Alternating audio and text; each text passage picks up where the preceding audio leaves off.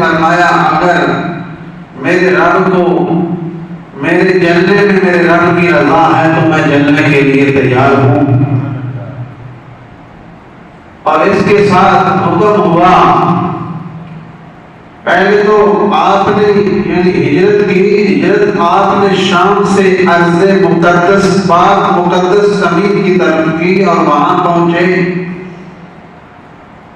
اور وہاں پہنچنے کے بعد وہاں اکیلے تھے، تنہا تھے، پردیس کا ماحول تھا، دل میں خواہش پیدا ہوئی دعا کی صورت، دل میں خواہش دعا کی صورت جو ہے وہ پیدا ہوئی، تو آپ نے فرمایا رب ہب لی من الصالحین، اے میرے مولا مجھے نیک صالح اولاد عطا فرما۔ اولاد ہم مانگتے ہیں، لیکن جب مانگتے ہیں تو ہمیں یہ یاد رکھنا چاہیے جو اللہ کے انبیاء کی سنت ہے اس کے طریقے کے مطابق دعا مانگے کہ مالک ہمیں نیک اور صالح جو ہے وہ اولاد عطا فرما۔ حضرت سیدنا ابراہیم علیہ السلام نے دعا مانگی، رب نے بیٹا اسماعیل جو ہے وہ عطا فرمایا، تو آپ کی یہ خواہش تھی کہ ایسا بیٹا ہو جو عبادت میں سہارا بنے، دین اسلام کی خدمت کرے۔ تو اللہ کی راہ میں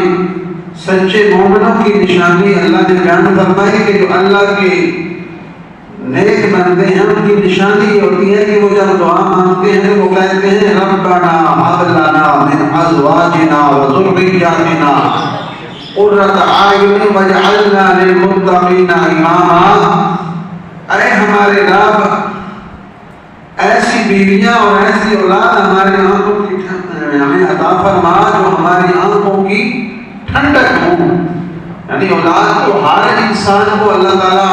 لوگوں کو اولاد عطا فرماتا ہے، لیکن بعض ایسی اولاد جو والدین کے لیے دکھ بنتی ہے، جو والدین کو ذلیل و رسوا کرتی ہے، ایسی اولاد سے پناہ مانگنی چاہیے۔ ایسی اولاد جو والدین کی آنکھوں کی ٹھنڈک ہو، ایسی بیویاں جو اپنے خامد کے لیے ٹھنڈک ہو، سکون ہو۔ یہ نہ ہو کہ ایسی عورتیں، ایسی اولاد جو اپنے والدین کو ذلیل کر کے رکھتے، رسوا کر کے رکھتے، ان کی زندگیوں کو مشکل بنا دے، تو ایسی جب سیدنا ابراہیم علیہ السلام نے دعا کی تو ارشاد فرمایا اللہ کریم نے،